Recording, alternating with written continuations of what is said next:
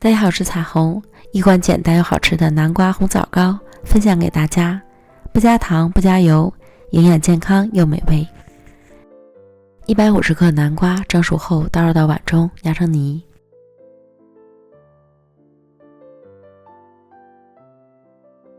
加入140克糯米粉，60克粘米粉，也就是大米粉，混合均匀。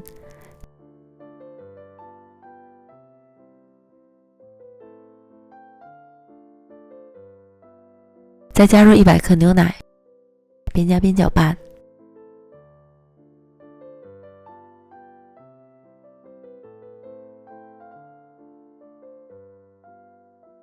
之后搅拌成像这种浓稠的面糊。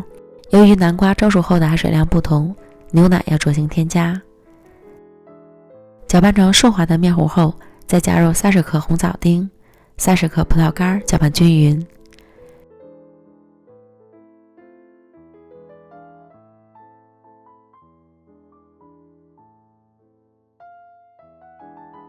然后将面糊倒入到合适的容器里，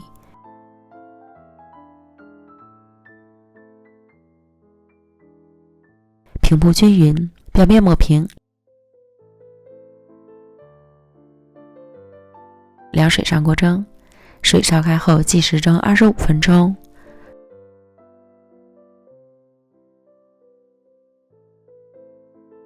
出锅后稍微冷却一会儿就脱模，防止底部潮湿。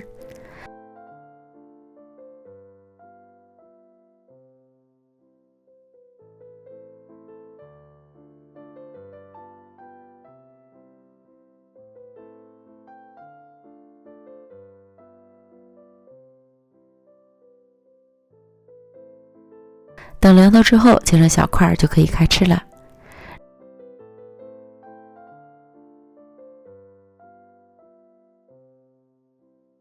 如果是嘴急的，热的时候吃也不错。这就是放凉了的状态， QQ 弹弹的，热吃软糯，凉吃筋道 Q 弹，浓郁的枣香，还有酸酸甜甜的葡萄干，口感丰富极了。做法简单又好吃，喜欢的朋友就赶快试试吧。美食天天更新，咱们明天见，拜拜。